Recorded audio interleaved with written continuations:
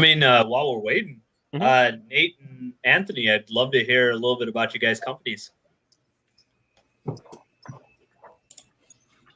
Yeah, uh, sure. Yeah. So, neuroscience. So we have it's an AI company, and the idea is we take instead of expecting people to go into like dashboards and Tableau or Power BI and click around and figure out what they need and remember to go in there, and especially for non-technical users, asking them to spend a bunch of time in Tableau. Like everybody wants them to make data-driven decisions, but nobody actually likes doing that, or many people don't like doing that.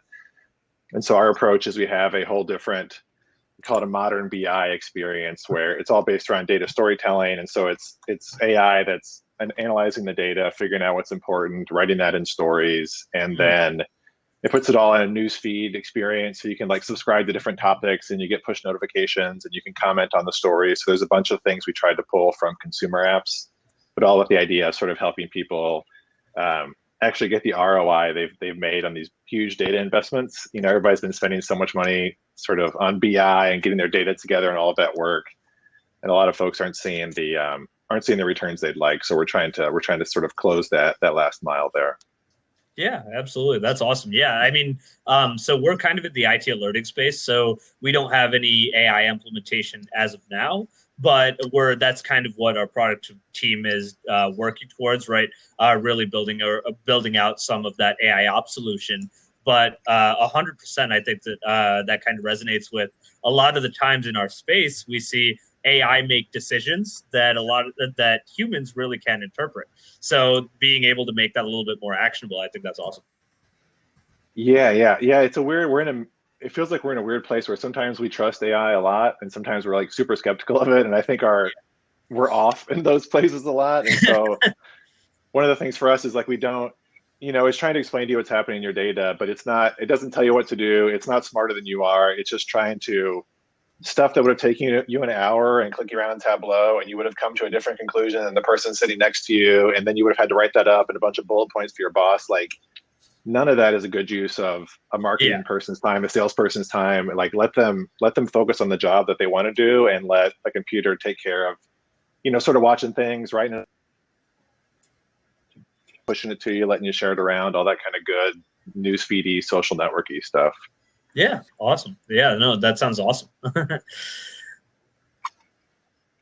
been there I've been there over 10 years now. So we've had a lot of different incarnations of all around like generating text from data.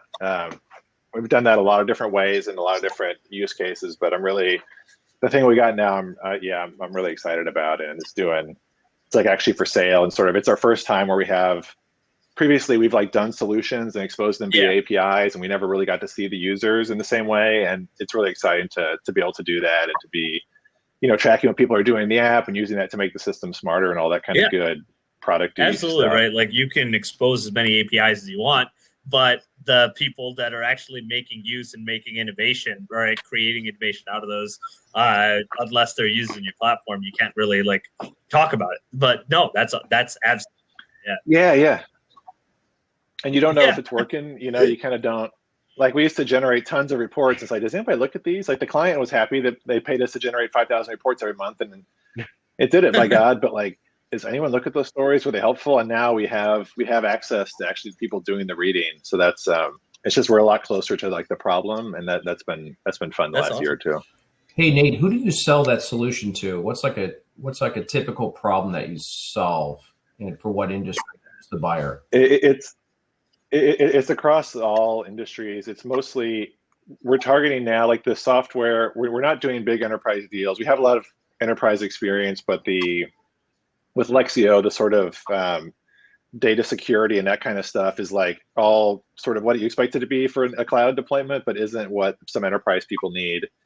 And really small places often don't need us, but that kind of 25 to 500-ish employees where they've probably got Tableau or Power BI or something deployed. Like they have their data in a state where they feel like they should be getting value out of it, and they're just not seeing that. And a lot of times the dashboard rates they get open 30% of the time, like that kind of stuff. So unless they're frustrated that they spend a bunch of time building them and nobody looks at them, leaders are frustrated that they spend a bunch of money on expensive hires and expensive tooling, and they still feel like no one's actually looking at the things. That's where we can come in and sort of help unlock that little additional bit of capability. Like for me, it kind of bugs me because there's just been huge amounts of progress made in the last 10 years in, Snowflake and BigQuery and ETL tools and ML, and like that sort of analyst technical side of the data stack has been really well served.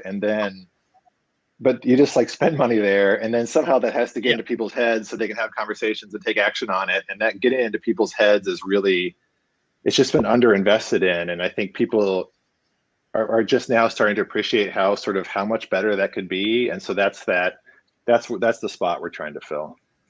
I can't really tell I will ask if we're supposed to be getting more guests, but I don't think we've really gotten more guests. Anthony, would you like to tell us a bit about your company? Sure, Ben. So Green Key is a 7-year-old natural language processing company in Chicago. I'm the founder and CEO. We provide essentially a no-code environment for building customized NLP models. And the types of people that use our product, we have Wall Street users. They build complex jargon libraries, sort of like you would think of Spanish or German or French, different language. They build different languages that Wall Street traders use. And then those models structure their instant message and their emails and their phone calls. And so the problem we solve on Wall Street is we help their salespeople become better salespeople by understanding what our customers are asking for when their customers don't speak plain English. It's all complex Wall Street jargon. Right. We also, a lot of 911 calls flow through our product. So we transcribe and analyze in real time 911 calls around the country. And again, that type of workflow is very similar. It's about creating a more efficient, better 911 call operator. Mm-hmm. So the models that those operators build do things like address verification. They build in-call coaching scripts, trying to help the 911 call operator be more efficient with their job. And then a really big, popular, one of the more newer use cases of our product is to put body camera videos through the platform. And so that's a lot of model building that occurs right now on Green Key. When I say model builders, I mean policing institutes, universities, criminal justice programs. They use our product just like you would IBM Watson Studio or Microsoft Excel. It's a tool to explore data. And they choose Green Key because we've got the police body cam data. We've got data sharing agreements with different departments. And again, it's a no-code environment where you can quickly build and customize models. So some of the body cam models that are being built today are things like respectfulness, de-escalation models, a fairness model. And again, we're not the model producer. We provide the environment for subject matter experts to quickly build, awesome NLP models. And so I'm happy to answer any questions if any of that's not clear. No, I think that's awesome. Yeah. So our platform as well is also no code. And I think that it really, from that standpoint, is that being a framework really opens up some doors, right? You can't expect everyone to be an SME in development as well as what they're actually a subject matter expert in. So I really like the no-code approach from that standpoint, because the individuals that are more informed in terms of social policy may be better suited to equipping the team that's actually building the model for that response, right? But not actually developers. So I really like that. Yeah, and no-code environment is really a fancy term for a annotation tool. Like you're annotating and labeling data. You can also, from our tool, click and train models. You can collaborate. You can look at model agreeableness with your peers to try to figure out, somebody else working on a model and how different is my model from that person. And so our tool called Focus Studio, it's really all about letting collaboration happen quickly and efficiently with universities around the country. Because as you said, a lot of these kids that, they're in criminal justice programs, they're experts at respectfulness and fairness and de-escalation. And then we've got police officers as well that are not developers, and they want to be able to tune and optimize their own NLP models as well. And so we just facilitate that transaction between the model builders and the model consumers. Yeah, that's awesome for sure. How did you get? It feels that's it's super interesting to hear your explanation, Anthony. And it feels what I heard at least there was sort of three. I would say three kind of things you do. One is like you said, you actually have this data, like the body cam data and other sources. There's a thing where you let people, like sort of I guess you have an NLP, model building, and then you also have a whole like experience, the collaboration, the agreeableness, all that kind of stuff. Is that, I guess, is that the right three like pillars? And then I'm really curious how you got into this. What did you set out to do if it wasn't build this? Yeah, so that is an accurate description of our platform. It's on AWS Marketplace, for example. And, let's say you've got some body cam data and you want to process it and get insights. You would just drag and drop your video files to our containers. We'll send you back your reports. You don't have to know anything about building NLP. Now, you're selecting from models or reports that somebody else in the community has built and contributed. So there is a different experience for model builders. And if you're a model builder, then you get the Green Key Focus Studio product and you collaborate and share, in order to build better models. So we do have like different groups of users. There's some users that are there just to consume models and to generate reports. These are elected officials, they're state senators, they're mayors, they're advocacy groups, they're people that are working with the departments and saying, we want police performance metrics created. And then we've got a different group of users we call the model builders that are Criminal Justice Policing Institute, Chicago Crime Lab, just folks that are, super domain experts in how to improve policing. Mm-hmm. My background is quant finance trading. We started off in Wall Street.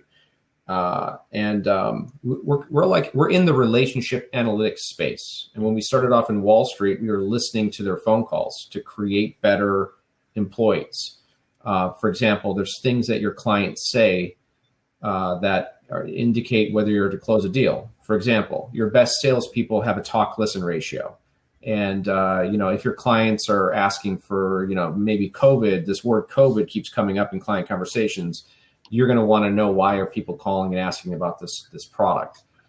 So we're in the relationship analytics space. We're known for being super high performance, real time. Wall Street's a super unforgiving environment. I wouldn't recommend doing a startup and starting there. It's very, very challenging.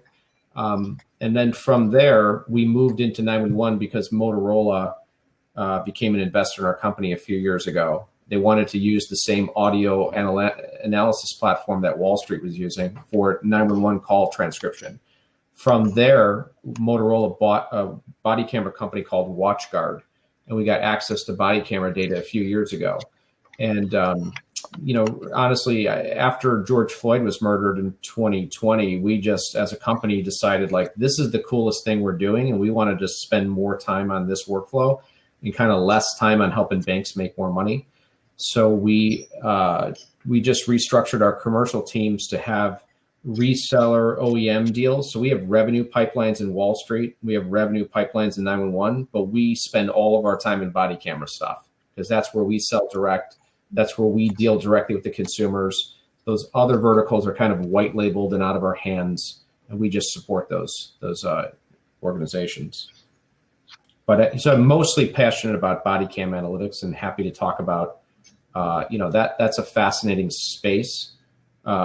It's unbelievably, I thought Wall Street was crooked, and like now I'm in public policy. I'm dealing with lawmakers and elected officials, chiefs of police, and there's an unbelievable amount of misalignment, of what these folks are doing and why they don't want to unlock this data and why they don't want to know what's on those tapes. And so that's okay. I have an unlimited amount of energy. And so, we will eventually unlock all of this data. I can empathize with that a little. I was a physicist. I am now trying to get into the quant finance space. And I'm also in student government. So I get all those different perspectives on things. So I can kind of empathize with that. Cam or Nate, so Anthony's product really was focused on one particular domain and has now evolved into something that, while it's a very similar technology, is a very different context. Have either of your technologies undergone a similar sort of evolutionary path? Nate, do you want to go first? I was just talking. You go. Yeah, sure, no problem. So really, what our product is within the IT incident response as well as alert orchestration, right? So today, how technologies evolve is essentially customer demand has become instantaneously addressed, or you lose the customer. The second that your Netflix password works, but your platform doesn't load, you really are going to jump to Hulu, you're jumping to HBO. So what AlertOps does is reduce the time to delivery, the mean time to resolution for incidents, whether that be operational, whether that be IT-based, whatever it looks like, in terms of ingesting data, building logic off of it, and then resolving. So one thing that we are not in right now is really the AI ops sphere, but our product team is building out an AI ops module and a bit of machine learning to make incident response more proactive than reactive, right? So yeah, kind of giving you an example there, in the case that you know that you have a network topology where as soon as one server goes down, 17 other services follow. Being able to proactively recognize that once one goes down, 2 through 16 will go down is really where our team is kind of focused and where we're kind of evolving our platform towards. So if that answers your question, I hope it does. If not, please let me know. No, definitely can ask some follow-ups. Nate, did you have something?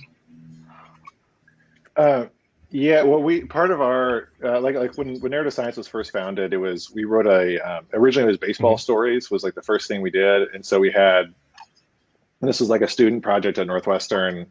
You take box office data, and then we wrote a bunch of Python that was like string interpolation, and just here's the player class, here's the baseball class. This is like a Python NLG system or a baseball NLG system, and then.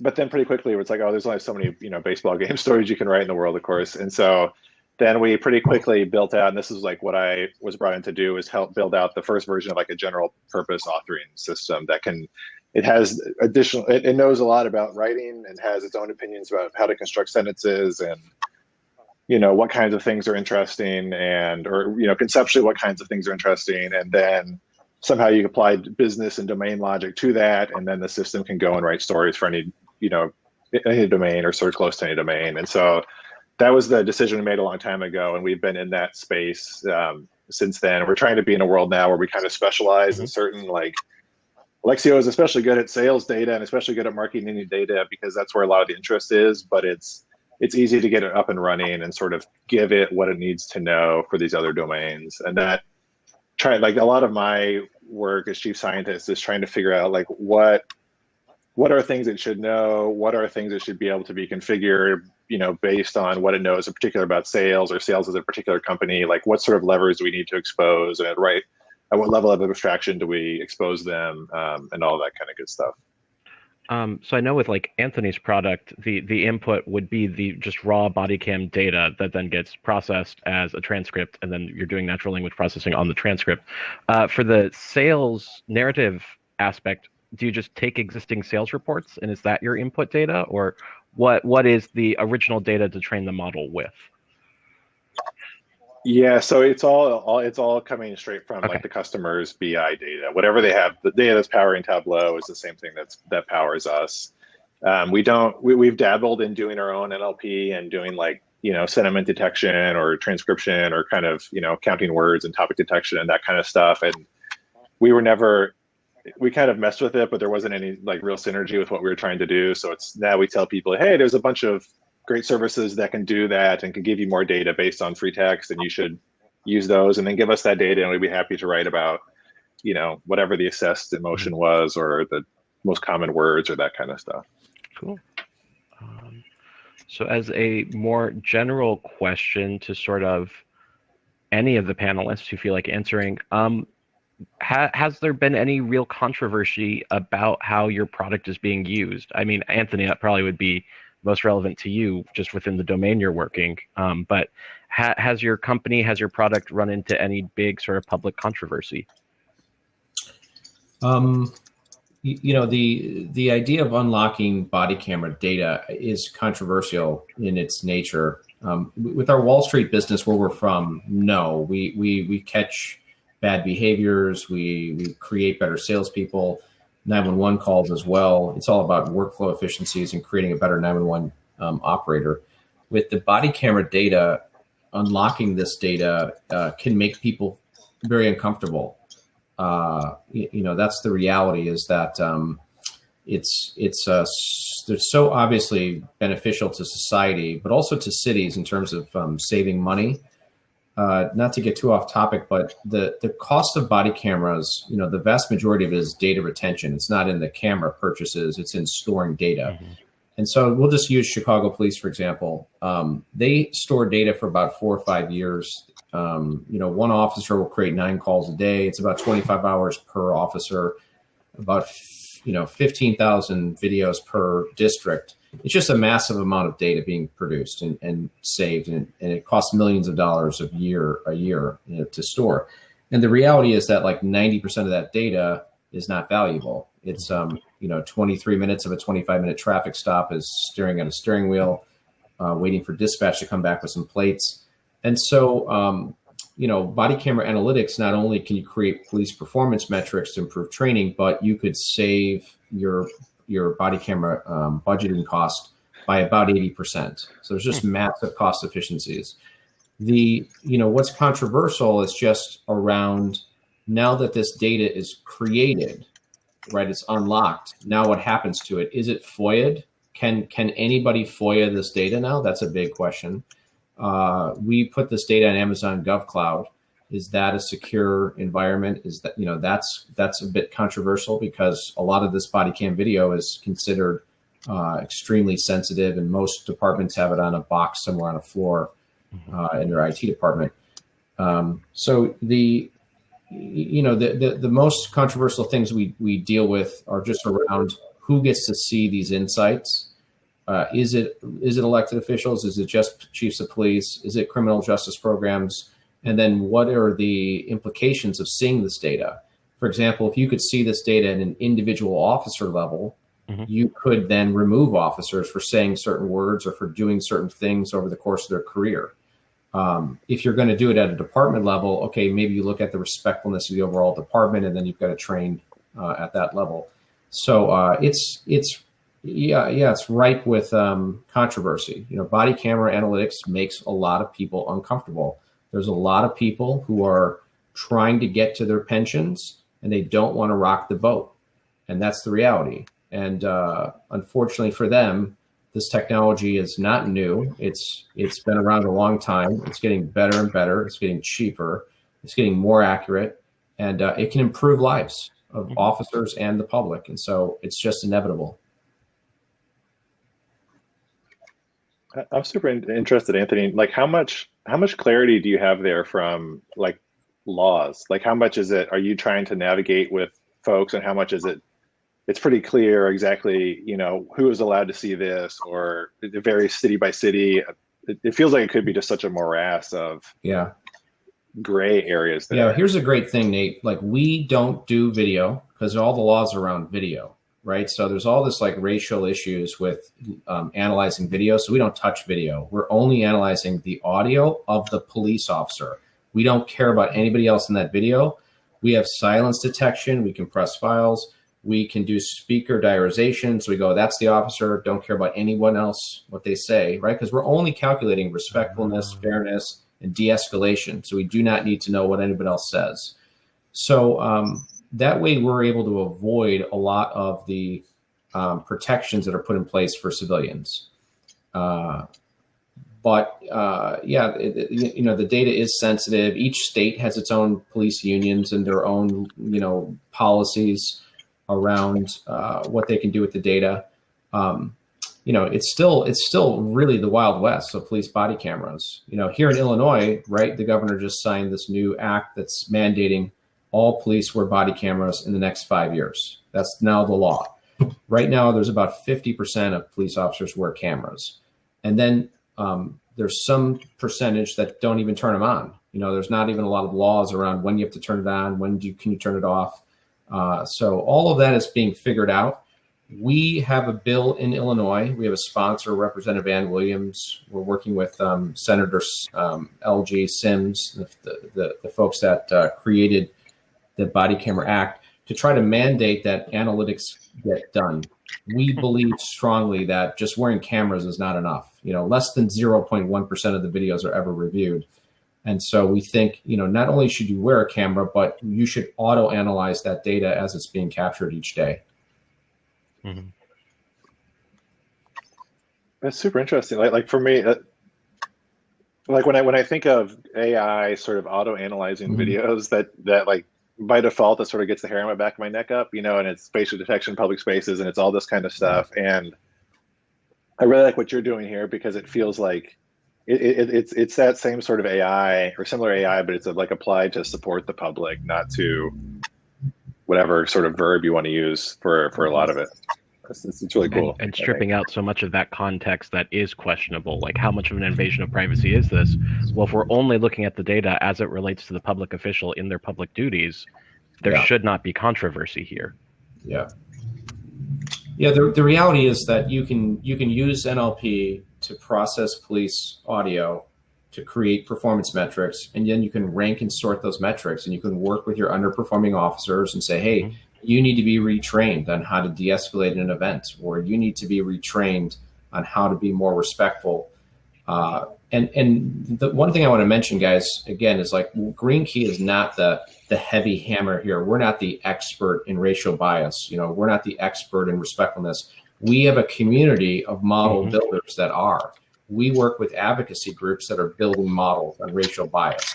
The NAACP or the ACLU will have models that they're creating that are saying, this is disrespectful. When you don't use my last name in all of these interactions, that's disrespectful. And that might be local, and respect is local. For example, you might have a respectful model down in rural Texas that's very different than a respectfulness model in urban Chicago. And so, it's important to let the model builders build local models for their local policing community. How much of the work of Green Key is in developing that model builder community? How much of that is organic growth, and how much of that is you've sought out these voices? I would say it's 100% we sought them out. It's not organic. Yeah, it's not. It's, we've only been at Body Cam Analytics for about a year. We partnered with Amazon. Amazon's been a super awesome partner. So they give out infrastructure and CPU and compute for free to our model builders. But we have to find these guys. We're all about creating awareness right now, just letting people know that if you want to start analyzing police body cam data, we can get you data. We can get you set up with a no-code environment to start contributing your ideas to the model building process. I wish it was organic, Ben, but unfortunately, it's just like 1 inch at a time. We just keep grinding and smashing walls, and it's really hard. As Nate knows, Nate, I can appreciate you being at Narrative Science. You mentioned for 10 years, and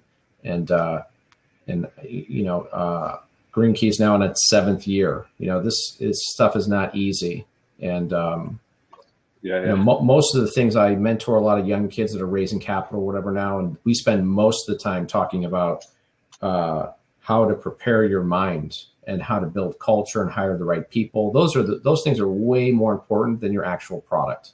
And actually, distribution is more important than product. That might be controversial to say to product officers, but the reality is that I spend more time thinking about sales channels and distribution than I do product. No, yeah, Anthony, I love that you mentioned that, and this kind of goes back to something that I remember from college. My favorite marketing professor would consistently repeat this, right? You build a better rat trap, people will be lining up outside your door. No, that's not true, right? You can build better technology, but the way that you communicate it with the public is really what's going to resonate with them.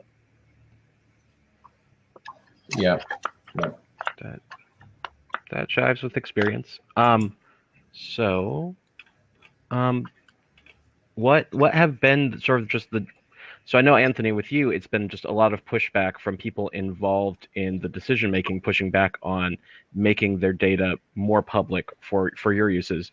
Nate or Cam, have either of you guys really run into extraordinary difficulties in setting up the technologies, like in getting to the data that you need to make your technology work? A little bit. So once again, right, our tool is in the IT operations ecosystem and optimizing operations for any IT across platforms and across industries, and we're kind of industry agnostic in that sense. Okay. So one of the issues that is kind of key is specifically with government institutes and specifically with any of our clients that harness data, right? Anyone that is a consumer goods analysis organization or a consulting organization, from that standpoint, while we can somewhat to an extent better their operations, the fact that that data would still be flowing into another system initially was a concern to some of our clients. However, that data storage and data privacy policy that we've in recent times updated has become less of one. So realistically, any organization that is either going to be divulging sensitive information or any organization that's going to be monetizing their data has posed in previously a trouble in the past. However, we personally, as an organization, do not monetize data. So from that standpoint, once that was not only clarified, but we had some more structured operations in place, that became substantially less of a concern there. Yeah, I think like Cam, we've had a lot of, like Anthony said, we've been in business 10 years. So there's been a lot of sort of ups and downs and back and forth with people about their data security and privacy and all that good stuff. And we have, for some of our earlier products, they work on-prem, which obviously is helpful for people. They don't, it's just like, look, dude, we'll send you a box. We'll never see it again. It's just your data flowing through there. But then you have to figure out on-prem, and that's all obviously like a huge lift. And so, especially now with Snowflake and sort of pushes to those kinds of like cloud data warehouses, we're trying to work on some of our data.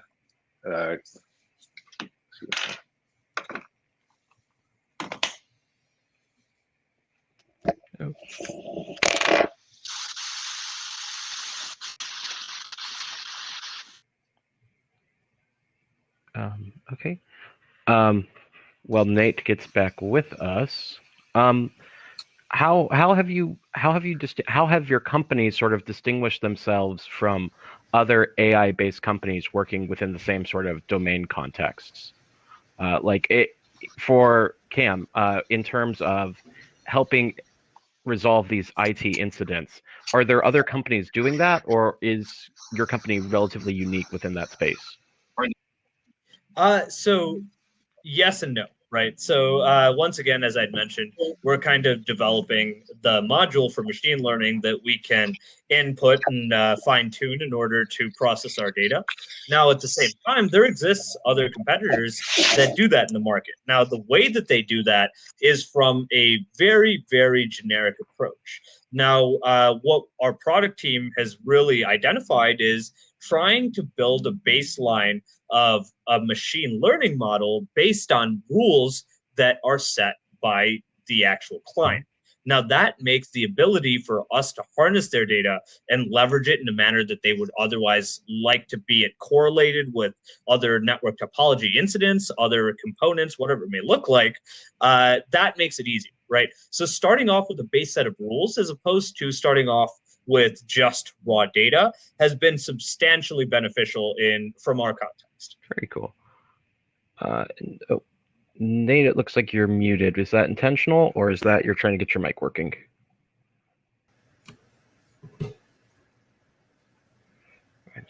Okay.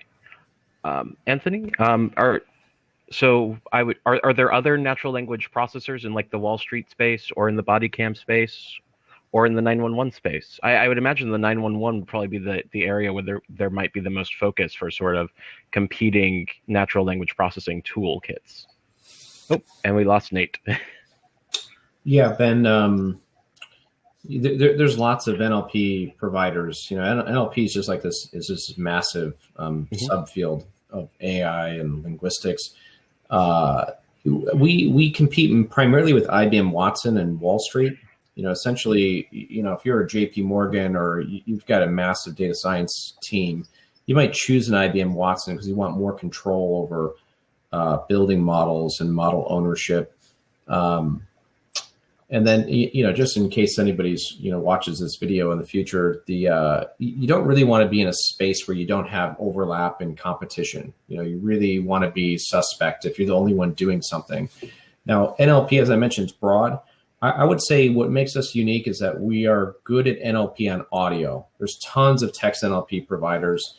We can do both. And so a lot of our customers like that they can just go one-stop shop, do phone calls and their emails and their chat messages and have the same NLP engine process all of that. We're known for our audio. We're known for dealing with really poor audio quality as well. So Wall Street's audio, you've got tons of mixing occurring on those files, people shouting and screaming at each other, over each other on what are called mixed lines or turrets, which are like 12, 14 person walkie-talkies. So that, most of our IP and most of our differentiation has been around dealing with just really poor audio. And then that helped us move to 911 with Motorola. They were working with Microsoft at the time and switched to GreenKey because they wanted to customize models and they wanted a platform that could deal with like real-time audio analytics. But there's tons of really good NLP providers out there.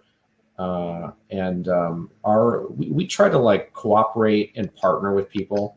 I think having been doing this a long time, it's really hard to do it well. And so, you just stand so much more to gain by partnering with people and trying to cooperate because the value we provide is so narrow in scope that it's very unlikely that, for example, I'm going to contact Nate after this call because I think that our police departments would benefit from somebody helping them read that story once those insights and structures are created. Mm-hmm.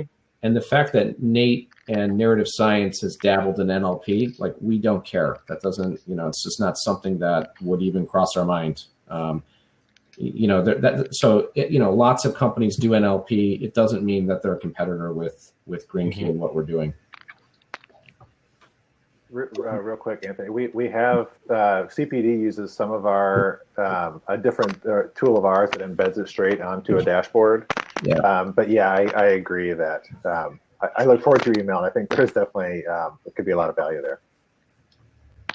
And I guess I'm familiar with like the ARIA folks. I assume you guys come across them a lot. ARIA. Yeah, they're sort of they're kind of a competitor to us a bit in the past of like more of the work we used to do. They don't like really where we have now targeting BI and targeting that trying to get the return on that huge investment we've made. There's a lot of our like we still we think we have the world's best NLG engine. It's like it's a real piece of IP and software for us being able to write good stories.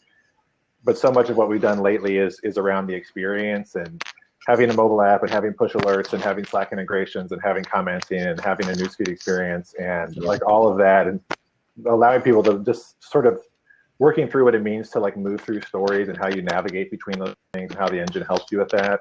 Yeah. A lot of our value now is in that all that sort of like product work around it and like ARIA, for example. And we don't know of anybody that's taken on that side of things. There's a lot of NLG, or there's a few different NLG providers that we used to compete more sort of head to head with directly on, with big enterprise deals or whatever. But with Lexio, we don't have really the competitor for Lexio is like the status quo and people already having made huge investments in Tableau and not wanting to do something else and feeling like they got kind of ripped off the last few expensive data sort of BI analytic-y things. And so part of what we do is make sure to give people, we have an agile experience with your data. We have sort of to let people kind of sit with it a little bit and see some of that value and feel that value and try to get past that, like one more data thing that I'm going to have my heart broken by. Kind of feeling that a lot of folks have.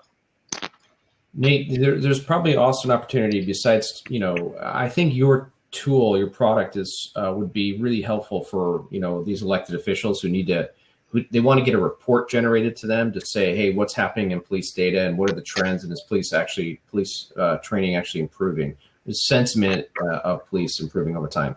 But also on Wall Street, they're all heavy Tableau users, and what happens is we become very dependent on like this one individual at, Citi or RBC or Bank of America. There's like one power, Tableau user at the whole bank who like feeds all these desks. And then if they leave, then our product's in jeopardy because they're not getting the reports created. We're structuring the data every night.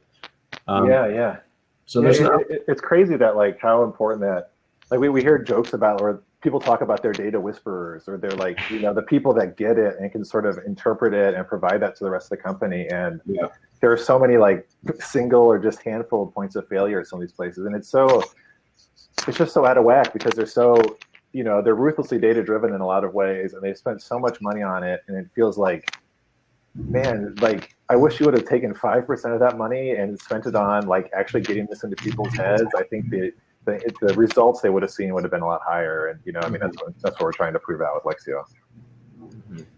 And now that we're getting close to wrapping up, maybe if you guys each had a few words of advice to like not young students, but young professionals starting their careers, college kids these days, on where you see sort of technology heading and where you think people should be looking now for the future. And Cam, maybe you want to kick us off? Yeah, for sure. So I am probably not too much older than the people I'm addressing. However, at the same time, I can provide what I think that I have learned throughout my experience in the professional world, right? What I think is say yes, right? Say yes a good amount of the time, because a lot of the times what you expect, what you are about to learn, you may not truly grasp the value of. And when I first started my professional career, I was in, I'm from a finance background, but I was in more of a CS role because I did have a minor in CS. And at that point, I kind of expanded my knowledge by purely saying yes. And I think that is something that at this point in this day and age, I hear a lot of people saying, well, that's not my job. I would say, who cares, right? Is it going to benefit you 3 days down the line when you're in a meeting and you're talking to people whose job it is? So really, from that standpoint, I would argue, don't shy away from tasks that you don't think are your direct responsibility. Very cool. Nate, would you like to offer some words next? Yeah, sure. I totally agree with everything Cam said. And I've been really well served as more of a, like I'm not a super hard technologist. Like I have a PhD in computer science and stuff, but I'm not the most like technical dude and can't hang with a lot of stuff that's going on. But I'm pretty good at talking to people. I'm pretty good at explaining like how our stuff works, why we made these decisions, helping people understand that and get excited about that. And I think there's a lot of space and value in people that have enough cred on the sort of the hard skill side, but then really also have like the kind of softer skills to really realize the value of that knowledge. And for me, growing up, I was like a mathy, sciencey, nerdy kid, and it was very like, sort of being able to speak well or soft skills was this kind of like thing for other people while all those kids were writing TI-83 programs or whatever. And it's like, no, this is really like to really get the value, and for people to get the value of what's in your head, you really need, like I think you were saying earlier, Cam, like you really need to be able to present that in a way that resonates with them. And it can't be, I'm going to have all these brilliant ideas and then later I'll figure out how to sell them to people. It's like, no, this is a first class concern of yours if you actually want your ideas to be realized in the world, which I think we all probably do. So it's important to take both sides of that, both sides of that seriously. Very cool. And I can empathize with the TI-83 programmers. That was my introduction to code as well. Anthony, do you have anything you'd like to close us out with? Yeah. I think what Nate just mentioned there is spot on. I have a background in quant finance and computer science background, and all of that is fine, but soft skills are what matters. If you're going to build a company, you want to raise capital. focus on communication, being concise, increasing executive presence, really, so for the young people there, I think if I could go back and tell myself some things, one thing would be that, the overnight successes that you see in startup world, those are very unusual and very rare. That's a very, very small percentage of companies have that straight line of success from a C to an A, B, C round, and then an IPO. Liquidity or success is not typically a straight line. You're going to pivot and wobble along the way. You're going to reinvent your company and yourself multiple times.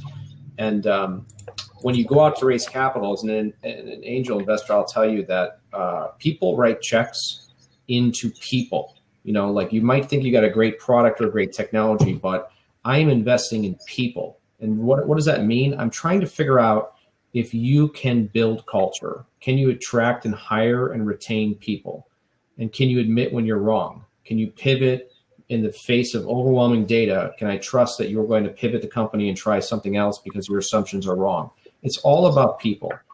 And hopefully that helps somebody, because I was very focused on product early on, and I think it's not as important as you think.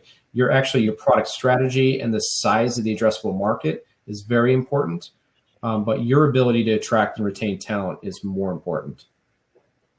Thank you very much, and thank you, Cam, Nate, and Anthony, for your time today.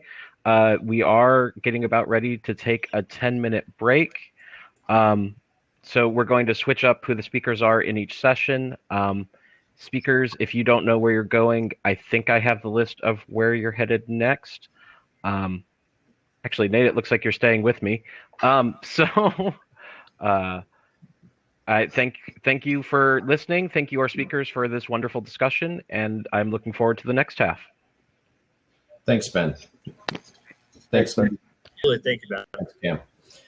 Hey, Ben, would you mind pointing me to where I'm going next, please? So Green Key, it looks like you're headed to room 1, I think. You're headed to Anisha's room, which I think is room 1. Thank you. Me as well, if you could possibly help me out here. And you're so it was Alert Ops is in room 2. Awesome. So unfortunately, they have you guys by company, not by name. So awesome. So session 2, right? Yep, session 2.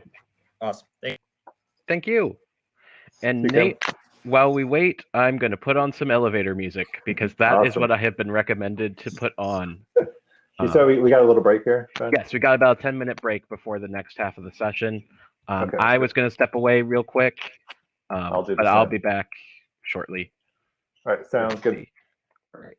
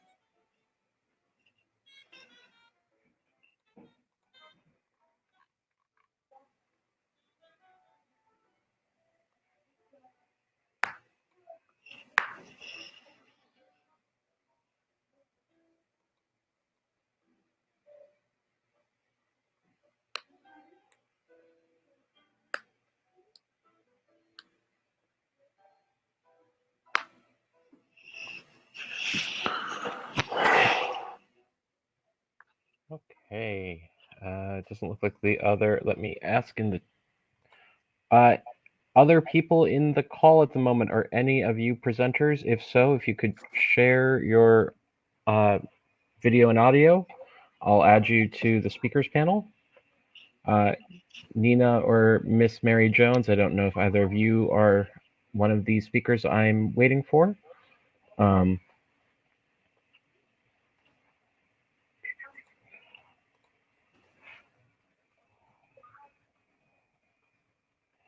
Maybe just a couple minutes more, I think. I think the other groups may have gone a little over their initial. I'm not. Okay. I think the other groups may have gone a little over their initial time. Oh, and there's Stephen. Okay. Welcome, Stephen. Thank you. Hopefully, there we go. Looks like your audio. Good. Looks like everything's coming through. Okay. And who is our third? Our third person may not be coming. I think they got stuck in a call or something. So let's kick this off. I'm Ben Barber. I'm a Master's of Mathematical Finance student at IIT. Welcome to everyone, and thank you for being here this afternoon.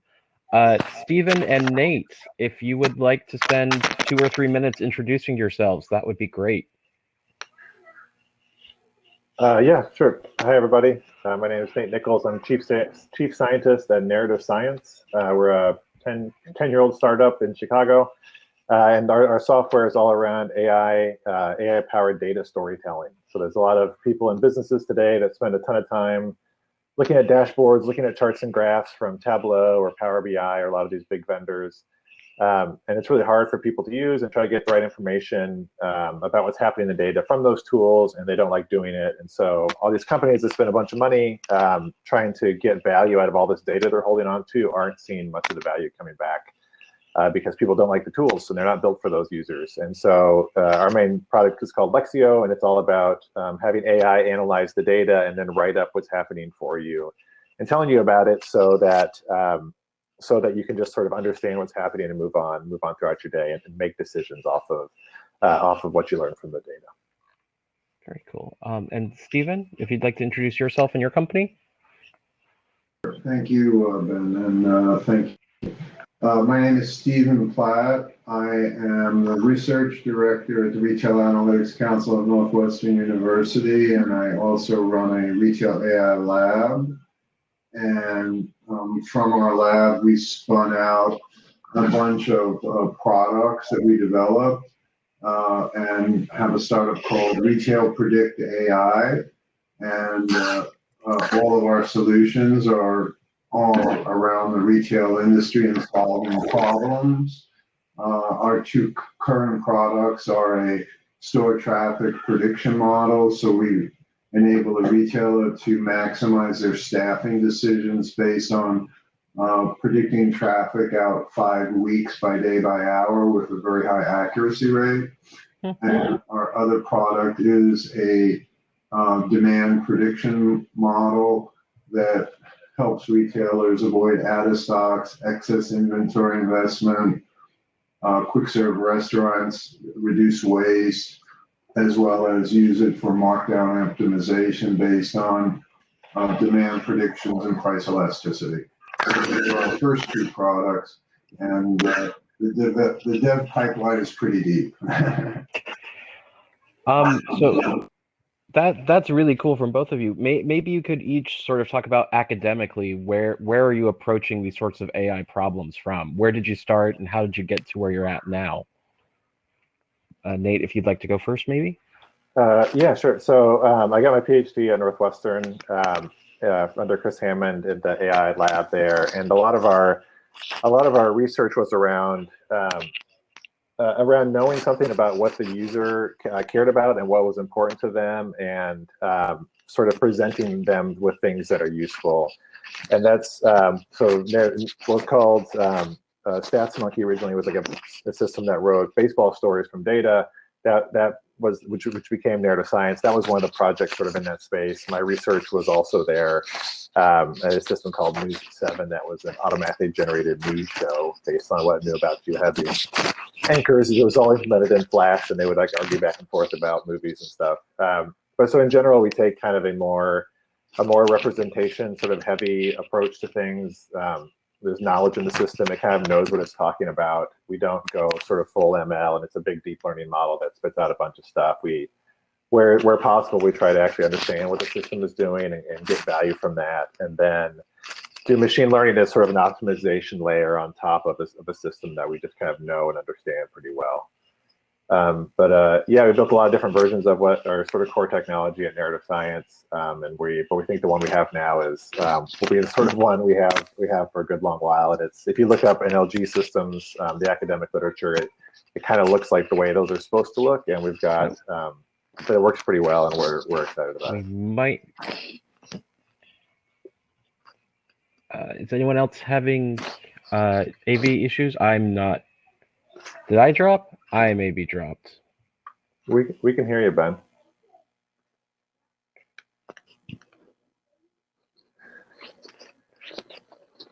I think we lost him. You got the inmates are on the asylum now.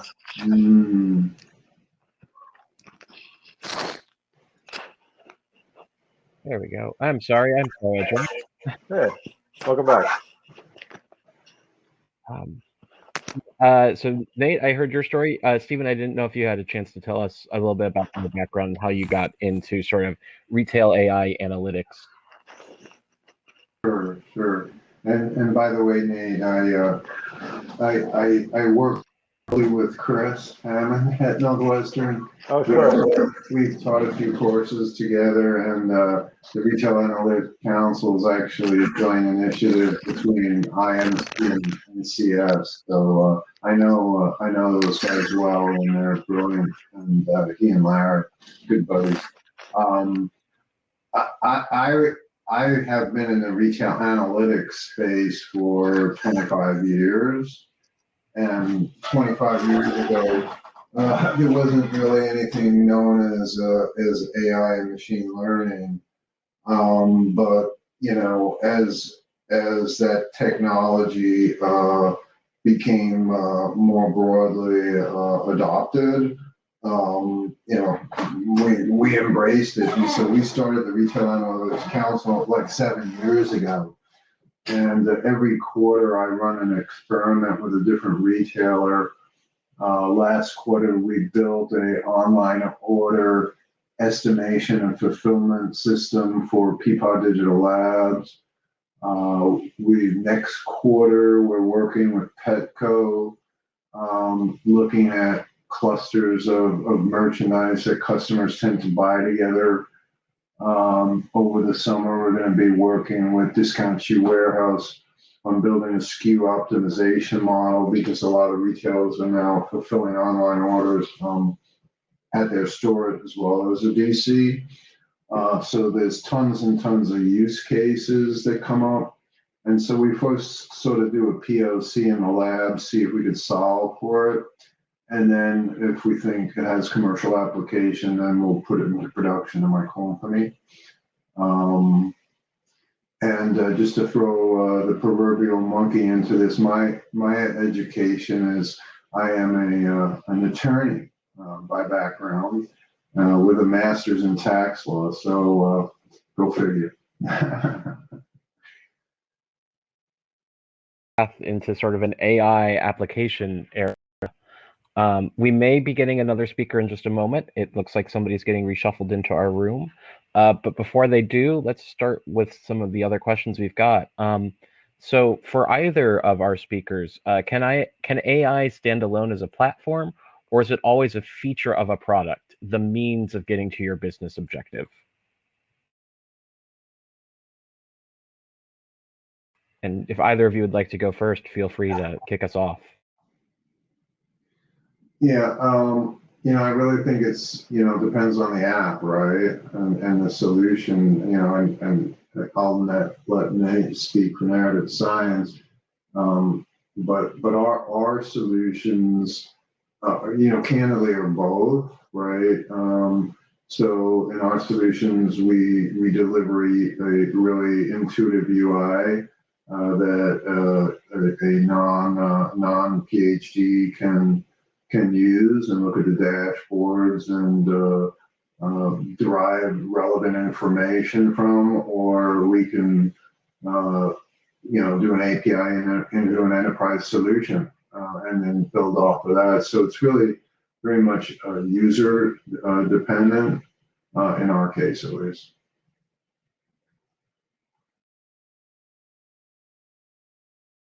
Muted. There you go. Yeah, I guess same for us. And for us, we've sort of been on a journey where we started more as an API, like literally some of our earlier products, you sort of configure them, and then we can get this box to you, and it's just, here's an API, hit it with JSON blob, and you will get back a story. And this is sort of for more sort of fixed reporting. And we would sell that as an API.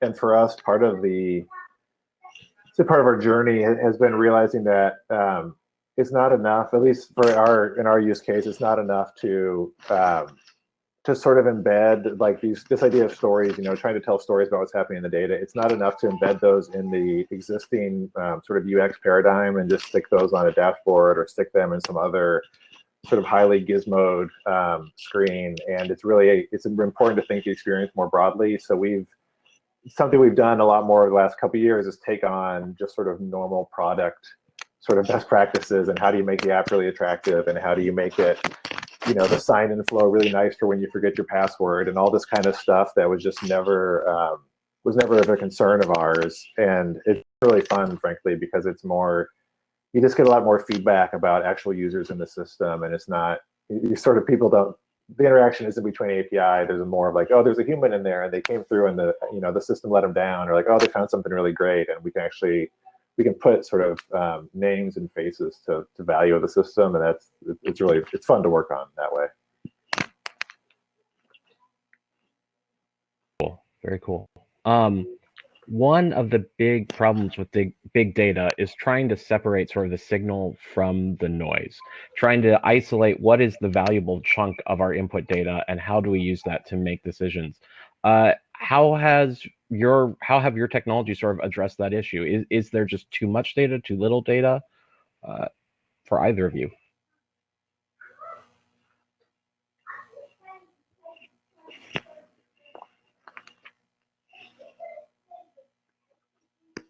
Well, I'll jump in.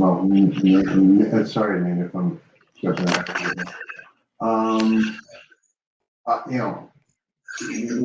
we spend an awful lot of time as any reasonable data scientist would on feature engineering, right?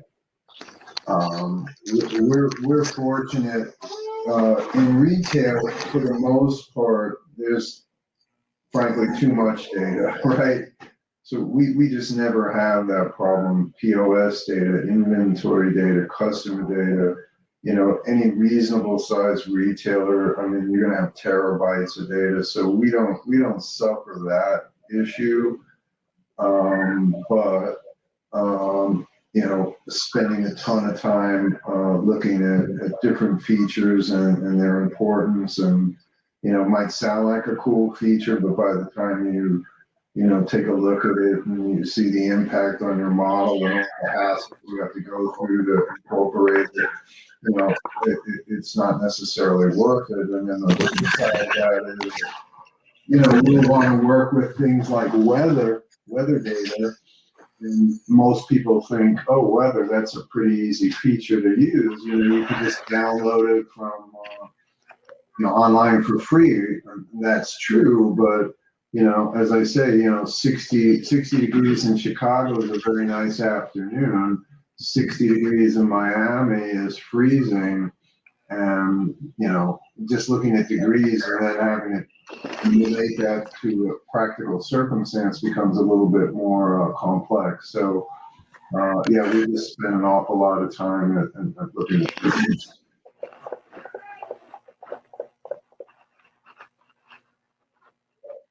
To Leith, sorry if I'm butchering your name. Would you like to quick introduce yourself to us and your company?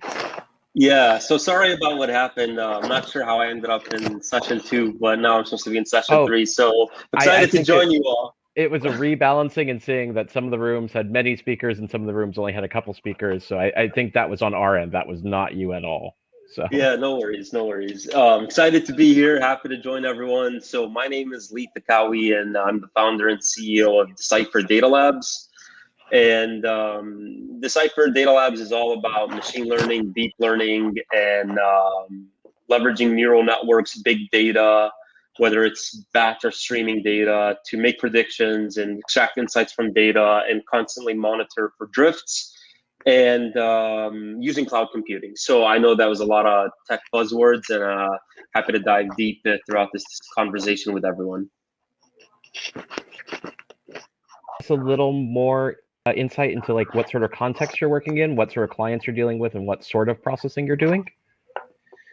Yeah, definitely. So clients could be like doing a small business innovation research grant for the government, or doing something in the private sector for a law firm, or volunteering on a project for a friend who's running for mayor. So like clients are across the board in all 3 industries. And the thing that is common between all my clients is that they have data, and they're looking to either extract insights from the data or make some kind of prediction from the data. And usually that comes down to computer vision, images, videos, comes down to natural language processing, so text, language, also typical time series forecasting questions, or regression classification. So just a high level overview. A lot of so AI is of course built on data, and there's a lot of privacy concerns over the data that we're using in AI, be it appearing on incidental video, incidental audio. What privacy implications have you guys run into in your industries with regards to AI, and how do you guys sort of navigate those privacy contexts and proprietary data concerns of your clients? If anyone has any particular, if anyone would like to kick us off, that would be great. I'd be happy to. We and our clients that are giving us data, I mean, privacy is something everybody is super conscious of and super careful about, at least that I've ever encountered. So we honestly stay away from that as far as possible. And fortunately, because of the way things we're working on, we don't necessarily need that. So like when we do store traffic predictions, we're not using video, we're using traffic counters that provide data, or we're looking at POS data, which is transaction data, and we don't get customer IDs associated with that. Or when we're using our markdown optimization models, we're getting POS data and inventory data, third-party data, and customers and customer IDs don't really enter into the picture, mostly because we're not focused on the marketing side of retail, we're focused on the operational side. But I will say, even, everybody is, it's way beyond the stage of NDAs. It's, data usage and protection agreements and all kinds of things. And before we work with customers, we spend a lot of time talking about security and transportation and where it's stored and who has access to it. Nobody wants to have that, be involved in that kind of data leak, right? So, I mean, fortunately, one, we're very conscious of it. Two, we've never had a problem. And it's top of mind now. Illinois, as you know, has probably the most stringent biometrics law in the country, with facial scans, fingerprints, et cetera, et cetera. And anybody who operates a business in this state needs to be super careful about that. And Google got slapped big time, as you all probably know, about a year ago. I think it was to the tune of 140 million, if not more. So We stay away from that. It's a very bright line. Nate, how about you in narrative science? I mean, since you're doing sort of business insights from customer data, how concerned are your customers with making sure their data stays their data? Yeah, they're super concerned about it, and it's a thing that for us, we do sort of everything you're supposed to be doing for I don't know, for the kind of like, professional enterprise app we are, for like a cloud deployment of it. So, we're multi-tenant and very, very locked down. There's a lot of, I know our engineers have to do a lot of work sort of anytime anything needs to actually touch the database, because, you sort of can't touch the database without the right access controls and all of that good stuff to make sure that data's safe and secure. And in general, we're trying to do as much, the sort of arc of just the way we process and handle data will be to do as close as we can to the customer side. Like today, we have a pretty standard batch model where, we have different ways of doing it, but basically pulling in from your database into our warehouse and then doing analysis against that. And there's sort of, just because of the way Lexio works, there's a lot of querying back and forth. So it's not, other BI tools can get away with more of sending over a single query and getting a bunch of data back.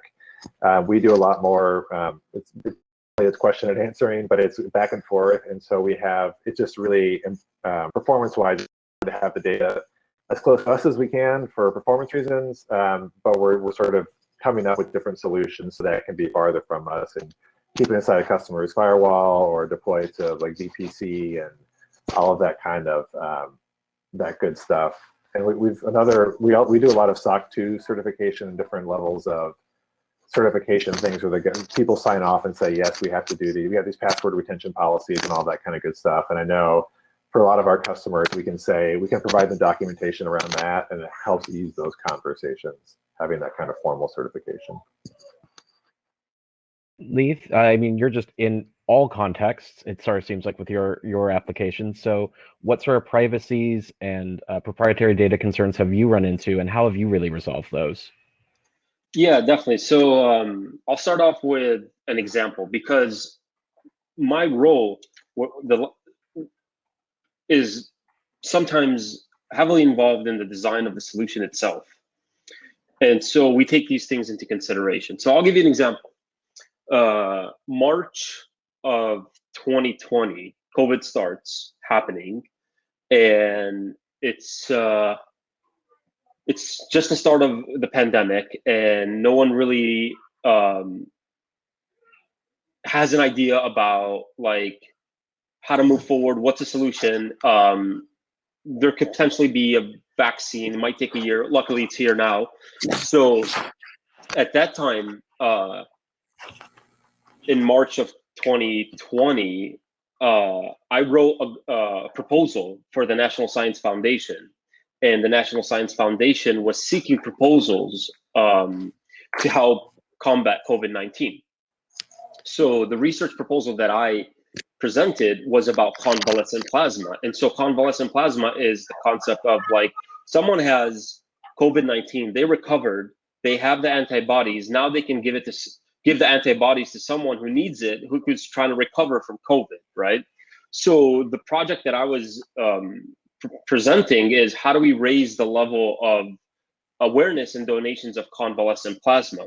And obviously, now we're talking about HIPAA compliance, which is a concept about healthcare data and people's records, right? So the way the solution was designed and presented is, let's do this. Let's use the Johns Hopkins data to identify where there's hotspots, current hotspots, because they were collecting that data. And then let's use digital ads, just as if it's a marketing campaign, to have influencers speak about the benefits of convalescent plasma and how to donate to banks, blood banks, or the American Red Cross. So within that approach, we designed the system in a way that the ads would be based on geographic region and not personalized for individuals. And so we skipped over any HIPAA compliant requirements, right? So that's an example of how I design solutions taking into consideration people's information, especially in this case where it's like about healthcare data, And how do you respect that, and how do you design a system, if you can, without collecting that data? So just wanted to share an example. As sort of Stephen alluded to, regulation is a big part of how the public interacts with AI. Sort of from any of your perspectives, are we doing enough in the public discussion to raise awareness of like privacy issues? Are we over-regulating the industry? Are we being too careful about privacy? Where do you guys sort of feel that barometer is at the moment? I don't know if anyone would like to go first. I'll go first. Okay. I think there's a lot of hype in the news media about AI, okay? But I don't think we've actually started doing a lot of AI for the market capacity and the market need for AI. So let me just, it's projected that in 2025, AI is going to be a $125 billion industry, right? But the way I'm looking at it from my perspective is, do we have the talent to actually come up with an AI industry and market or not? And so last week I decided to study for a Tensorflow certification, and Tensorflow is the programming language that uses Keras and Python to communicate between data and code and neural network algorithms. So I'm looking at the website and for the certification, and it shows that about 350 people have a certification in North America. 350 people. So 350 people have a certification in TensorFlow, and TensorFlow is my go-to language, and for a lot of people, the go-to language to communicate and work with neural network algorithms. So I think I think there's conversations about regulations that are important, that are happening, but I don't think we're even close to fulfilling the market need for AI. So probably a good thing that policies come in ahead of technology, while a lot of people think that technology is moving much faster than policy.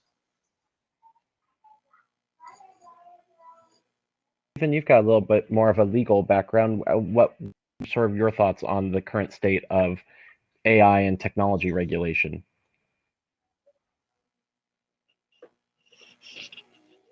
Well, whenever you introduce politics into science, you're gonna have a lot of fireworks, right? I mean, the most recent obvious example with Anthony Fauci on the one hand and all the crazy polls on the other, right?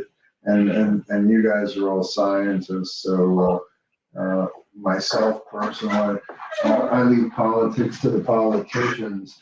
But I mean, just like with AI itself, and I think we've mentioned it, and I agree, there's so much hype around the field itself.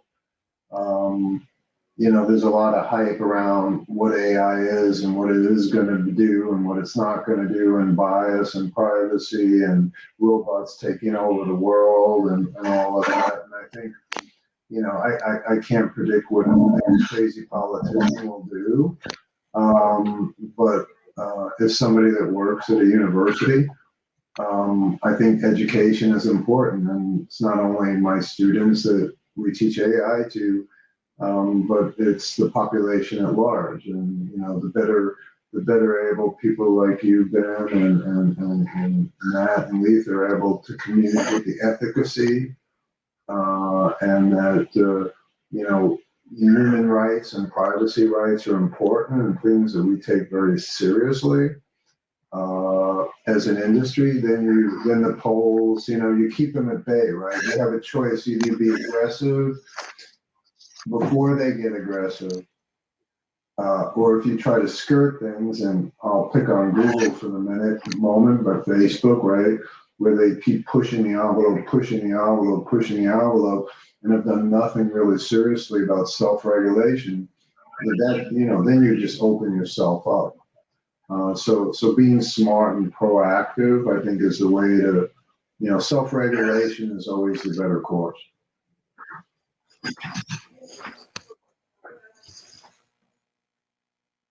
Yeah, for me, I don't have enough of a. I feel like I don't have enough of an informed sense to say whether more regulation is appropriate. But I'm sort of skeptical of just a lot of technology in general, and like very, Facebook creeps me out, and I think it should be broken up. And there's a whole that side of things. I'm very. It feels like a lot of times we sort of hyped ourselves up about needing some new piece of technology or some new thing that is like sexy, but doesn't actually like a thing we need in the world. And I feel like there's a lot of sort of we're overinvested in that space as a society, and so moving away from that in general, I really like the idea of, and I try to do it myself. And I don't know the best way, right amount of regulation to sort of help that happen. But that's sort of where my head is at. And just to add a little bit more context, like if you Google this, if you Google this concept, if you Google how many projects in AI fail, you'll get to the number that says around 80 to 85% of AI projects fail. We're at the stage where we're just trying to make AI work at this point. I mean, there's three major components to every AI project, right? Data engineering, algorithm development, productionalizing the model. All of those are projects within themselves. So you've got to have the data, collect the data, prep the data for the algorithm to ingest it and make a prediction, right? And then you've got to fine tune the algorithm there. And then after that, you got to productionalize it so that it generates predictions every day or at request, right?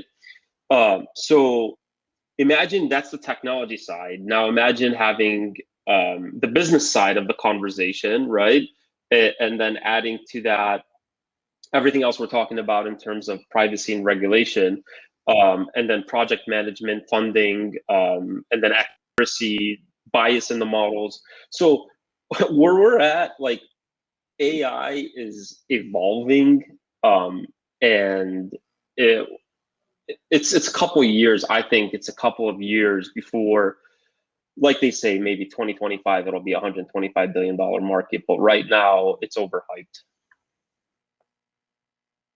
So sort of taking that three-step structure that Leith was just outlining of sort of needing the data, needing to design a model to do something with the data, and then needing to productionalize the model to get some useful insight out of the model. Where would each of you kind of think that AI needs the most work? Do we need to do more work in the data collection? Do we need to do more work on the algorithms? Or do we need to be doing more work on interpreting the results from the models? And maybe Nate, you want to kick us off? Well, that's an interesting question. I think stepping back a little bit, like I think that definition of AI is very is like super reasonable, and I was like nodding as we laid it out, and I think it's a sort of very like machine learning prediction-y model, and I think like that's like working really well for us, and we've got like we've figured out a lot of different domains where we can do basically a big sort of treat things as recognition problems and use that to generate text or generate images or do translation, like all of that kind of great success we've had with machine learning and deep learning. And I think, but for me, like that's going to end up being a subset of sort of solving AI as a whole, for whatever that means. And sort of, for me, I'm the sort of stuff around like knowledge and representation and actually being able to sort of think and reason and trying to get that working along with all the soft signals and actual sort of unconscious decision making with the machine learning part of that.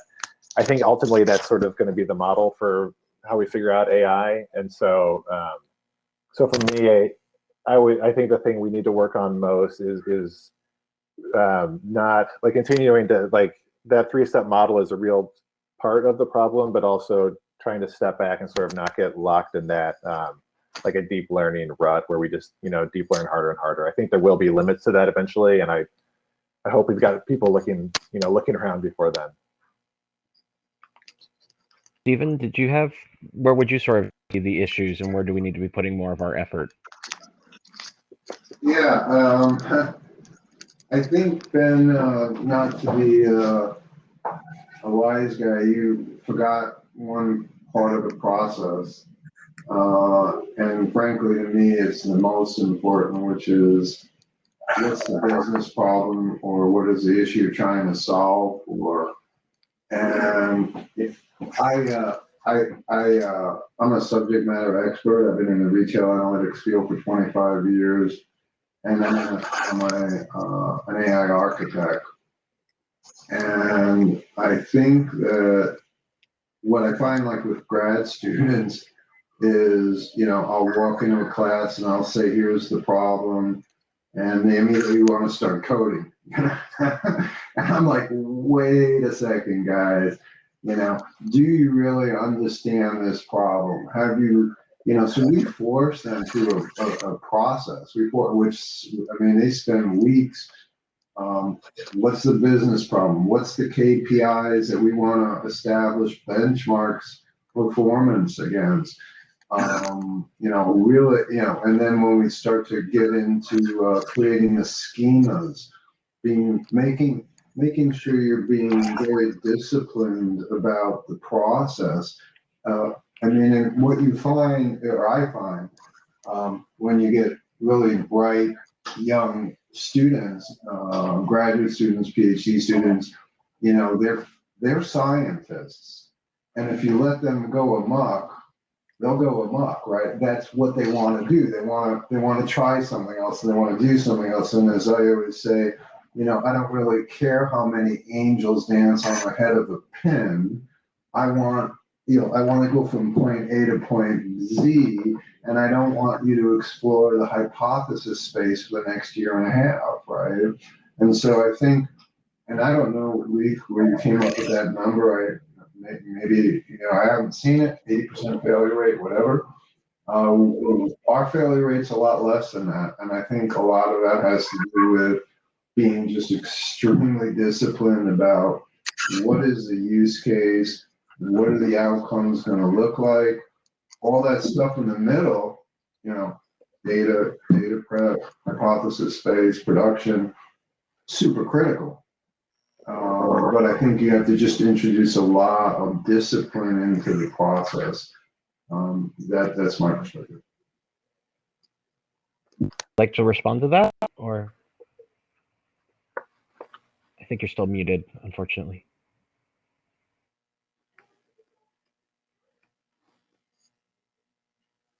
Muted.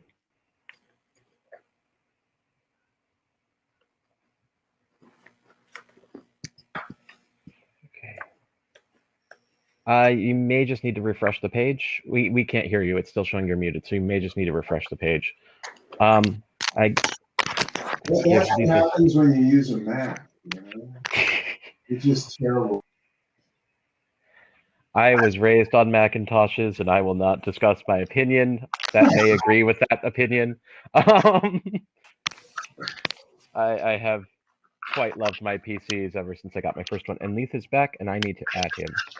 I forgot how this platform works. Hey. There we go. Your audio is back. It was Perfect. showing you were muted, and it was not unmuting. So thank you for refreshing the page for us. Perfect. Thank you.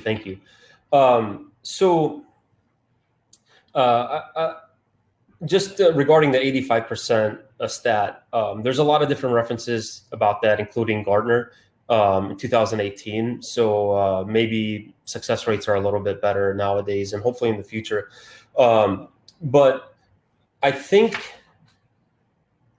with AI in general, I want to take the conversation a little bit farther than just the technical conversation, because as someone who owns a company in about AI, I obviously understand that I offer services and I get paid for those services, right? So there's a commercial component to AI.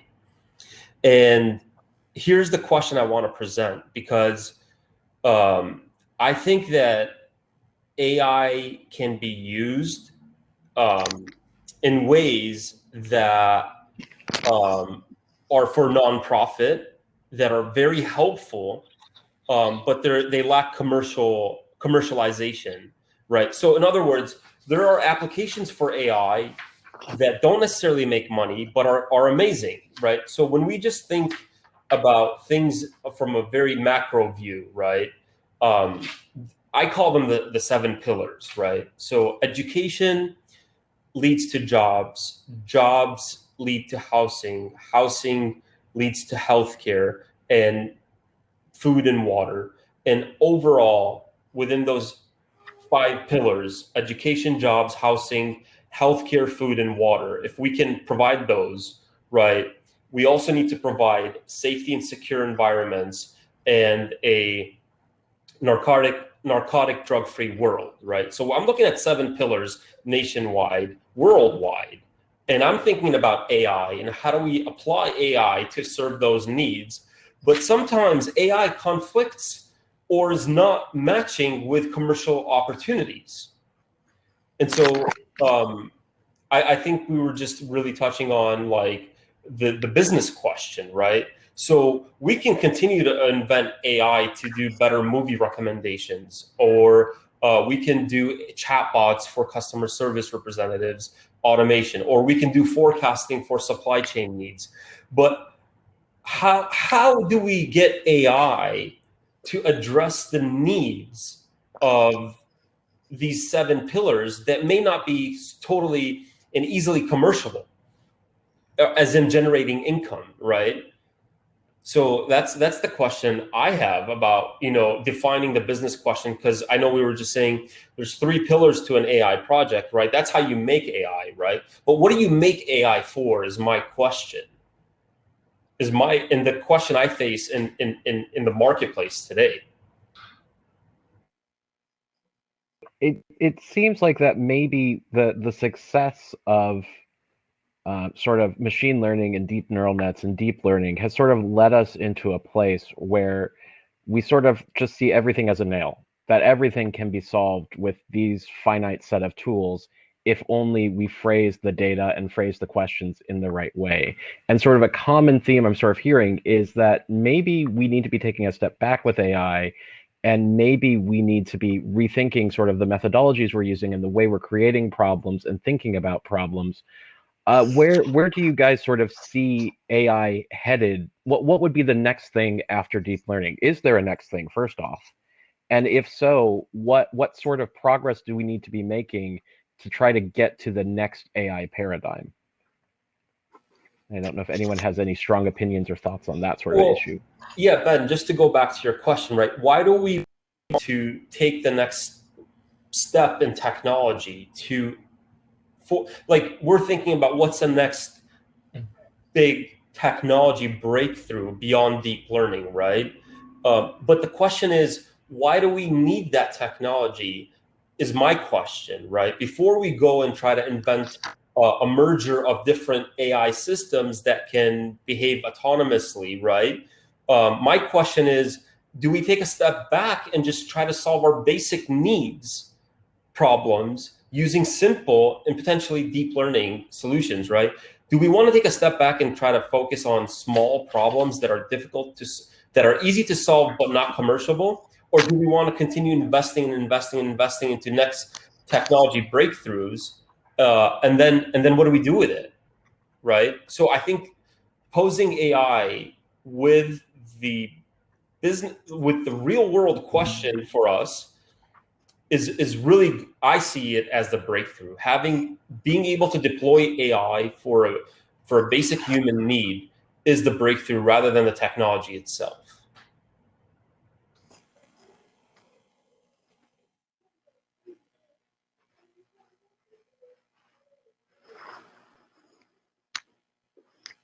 Oh, I think you're muted, Ben. Hey, you look like you've got some thoughts on the issue and maybe some thoughts there. Yeah, well, a couple, I guess, sort of 2 different thoughts. I totally agree with some of what you're saying there, Leith, and it feels like it's like capitalism. You know what I mean? It's like trying to I agree, there are real problems with it, and to me, a lot of the issues you said they didn't feel like even AI specific to me. It's like, how could we could all be, even outside the realm of AI, we could all sort of be spending our money, or as a society, on sort of simpler problems and helping people, and we don't do that for kind of normal capitalist reasons. And so to me, there's nothing, which I also have problems with, but it doesn't feel like AI to me. It's just sort of like that same general challenge applied to AI. But for AI in particular, I think there is going to be some. I sort of mentioned this before, and I think there's starting to be research in the space of how do we blend. Like for me, the deep learning and machine learning is sort of like the unconscious part of our brains. It's really good for things we can't really explain how we're doing it. And I think AI is bad at is bad at or a lot weaker at the more conscious reasoning we do. But I think both of those are important as we sort of keep wanting to make progress with AI. But I also, I think maybe you would agree, Leith, it's like, it's not super clear to me that like trying to build a person, like a human level or general AI is like a great thing that we really need. We have a lot of human level thinkers on the earth already that we don't, I don't know. So, but that's a totally different point. Stephen, what would you think on the issue of how are we thinking about AI solutions and AI problem solving? Are we thinking about the problems that we're using AI to solve correctly, or do we really kind of need to go back and fundamentally rethink the technologies we're using and the approaches we're taking with it?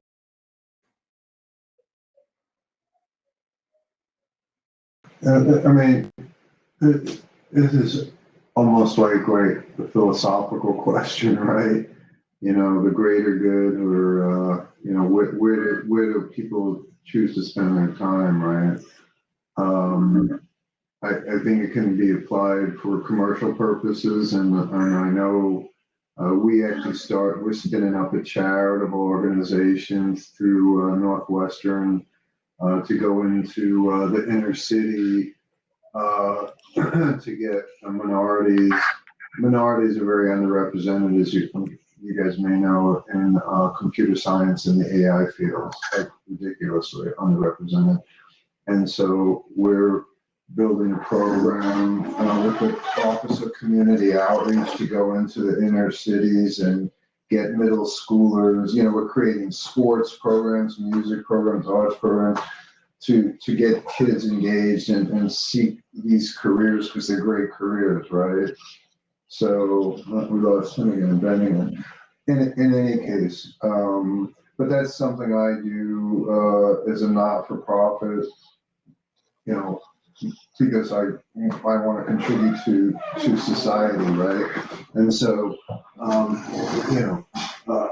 and on the flip side, I have a startup that's totally about making money, and hopefully we go public and make a lot of money, right? So, I mean, it really just boils down to, what you perceive as a human being as what's important and where you want to spend your time. And I'm just giving you an example of, I think that's a very realistic application of AI, because we want to go in to the inner city, train kids to get into these great careers that they're underrepresented. Nobody's making money along the way, but we're investing a ton of time in it. And so, yeah, that's I think a good example of putting AI to a greater good. But they're not mutually exclusive, right?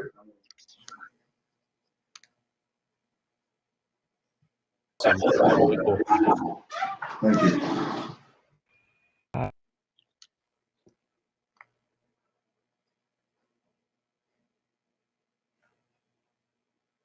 Ben, I'm muted again. I'm sorry. I meant to unclick it. So we've got about 7 minutes left. Well, wait, Ben. Yeah. You haven't really told us anything about you. I mean, you said you're a grad student at IIT. I mean, enlighten us. Okay. So I was, in a previous life, I was a physics PhD student at the University of Chicago, primarily focused on accelerator physics. So I worked out at Argonne and Fermilab, mostly in hardware-ish projects. So the closest I've probably run to AI before has mostly just been doing like some finite element analysis style simulations of particle accelerator beamlines. My current study is in mathematical finance. So I am trying to get a healthier dose of like machine learning and sort of machine learning in financial contexts in this current grad program. In terms of just general technology aptitude, a little bit of a futurist, little bit of thinking about how do we use AI for the public good, AI towards the singularity, towards post-scarcity economies. Those are all interesting questions that I think could be really beneficial and revolutionary uses of AI. Not really on the CS of things these days. CSE wise, I mostly wrote physics analysis scripts, so that is fairly limited application. But yeah, so that's, I mean, right now I'm in a statistical learning class. So that's really trying to do like the regression classifications and regression analysis from the statistics end for more machine learning sorts of purposes. That's awesome. That's awesome. Yeah. Oh. And you're at IIT, Ben? Yeah, at this point. And we just got a comment in the chat asking, and maybe this would be a good question to close out on, in what ways can we be using AI for more sort of environmental sustainability purposes?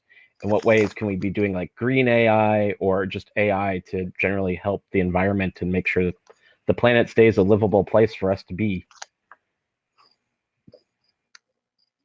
Probably something to do with geospatial data, really trying to do some worldwide imagery analysis and some sort of pattern recognition. Beyond that, most applications of AI strive for efficiency, and by that, it could contribute to environmental sustainability. But I think it's probably somewhere about geospatial data, satellite imagery, and pattern recognition there to try to figure out what's going on.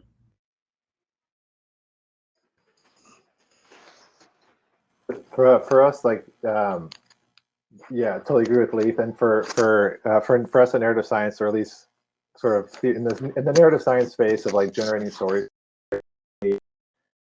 one of the challenges I think we have with environmental sustainability and just sort of being green in general is convincing people that it like matters to them and sort of driving home the impact of what they're doing. It's more of like a motivation problem than a a technical one, I think. And so I'm really bullish.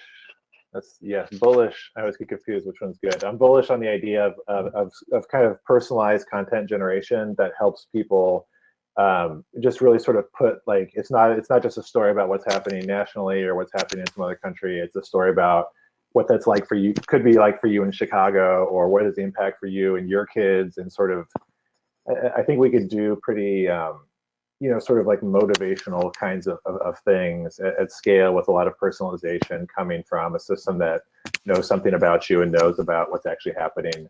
That's that whole sort of using NLG and natural language generation sort of content generation and personalizing that to help people with whatever green stuff or weight loss or stopping smoking or all any sort of changes they're looking to make in their life. I think is a really is an exciting area in general.